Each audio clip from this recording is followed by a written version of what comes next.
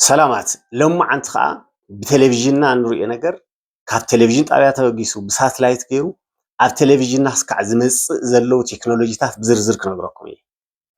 መጀመርያ ኣብ ቴሌቪዥን ክንሪኦ ዝተደለየ ነገር በቲ ናይ ቴሌቪዥን ጣብያ ዲሽ አንቴና ኣቢሉ ናብ ሳተላይት ይለኣኽ።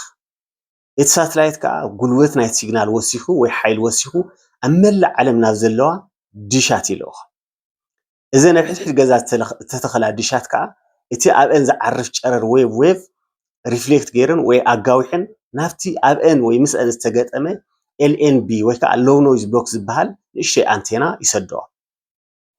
እቲ ኤልኤንቢ ዝበሃል አንቴና ከዓ እቲ ዝመፅእ ዓብይ ፍሪኬንሲ ናብ ንእሽተይ ፍሪኬንሲ ቀይሩን ኖይዝ ተሃልይዎ ፊልተር ገይሩን ብገመድ ገይሩ ናብቲ ኣብ ውሽጢ ገዛና ዝተቐመጠ ሳተላይት ረሲቨር ይልእኾ። እቲ ኣብ ውሽጢ ገዛና ዝተቐመጠ ሳተላይት ረሲቨር ከዓ እቲ ዝመፀ ሲግናል ወይ ጨረር ናብ ድምፅን ናብ ምስልን ቀይሩ ናብታ ቴሌቪዥንና ብምልኣኽ በታ ቴሌቪዥንና ኣቢልና እቲ ቪድዮ ክንሪኦ የኽእለና ማለት እዩ።